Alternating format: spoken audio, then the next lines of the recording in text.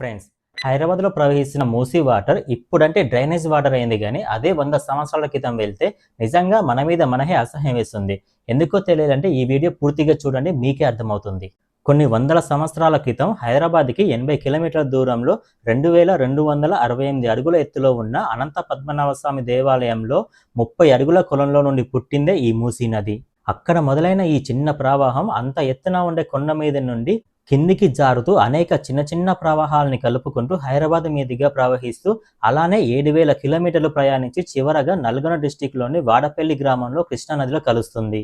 ఒకప్పుడు ఈ నదిని ముచ్చుకుందా నది అని పిలిచేవారు. ఆ ముచ్చుకుందా నదే కాలక్రమేణా మూసీ నదిగా పేరు మారింది. కొన్ని వందల సంవత్సరాలు తాగునీటిగా రంగారెడ్డి, హైదరాబాద్, నల్గొండ ప్రజలకు కష్టాల్ని తీర్చిన ఈ మూసీ నది మనం వేసే ప్లాస్టిక్ వ్యర్థాల వల్ల అదే డిస్టిక్ ప్రజలకు భారం అయిపోయింది.